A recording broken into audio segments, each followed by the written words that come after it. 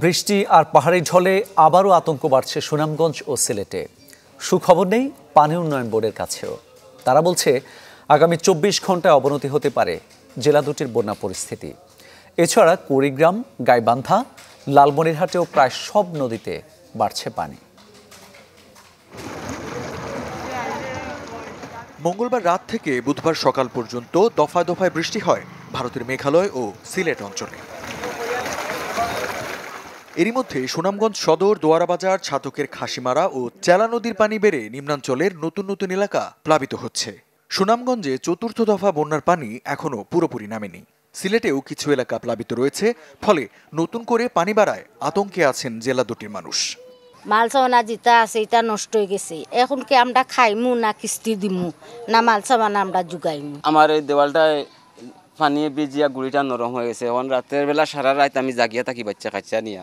বন্যায় পানিগর বাসাইয়া লইয়া গিয়া এই রাস্তাটারে একবারে গোলাইয়া শেষ করে লাইছে। বৃষ্টির কারণে কিছু পানি বাড়ছে এক জায়গায়, এখন এই বৃষ্টি কয়দিন হবে সেটাও তো বুঝতে পারতেছি না। উন্নতি আছে শুধুমাত্র আমাদের এই যে কুশিয়ারা সামনে যে উপজেলাগুলি, এইখানেও উন্নতি আছে কিন্তু ধীর। কিন্তু আসলে এত অল্প পরিমাণে পানি কমলে ক্লিয়ার হতে সময় লাগবে।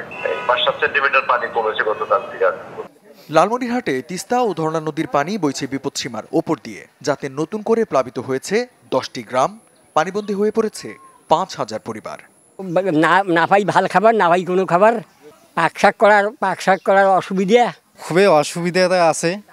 এই যে মানে গরু ছাগল নিয়ে আস্তাদ আছি, যেগুলো ওঠে না সেগুলো উঁচাই, যেগুলো উঁচা সামনে বাড়ি সেগুলো উঁচাতে আছে, আর সবগুলো বাড়ির পানি উঠছে। পানি উন্নয়ন বোর্ড বলছে গঙ্গা, পদ্মা ও কুশিয়ারা বাদে দেশের প্রায় সব নদ নদীর পানি বাড়ছে। উত্তরবঙ্গে দুধকুমার, ঘাঘর, ব্রহ্মপুত্র ও করতোয়ার পানি বাড়লেও এখনও বিপদসীমার নিচে রয়েছে। রঞ্জিত তেখার, চ্যানেল 24। নদ নদীর পানি বৃদ্ধির আরও খবর জানাবো আপনাদের। নীলফামারী থেকে যোগ দিচ্ছেন সহকর্মী রায়হান সুবক্তগিন। রায়হান, নীলফামারীতে তিস্তা নদীকে কেন্দ্র করে যে বন্যার অবস্থা, সেটি কিন্তু অবনতিশীল এবং আকস্মিক একটা নদী। তিস্তা নদীকে বলা যেতে পারে যে একটা অস্থিতিশীল নদী।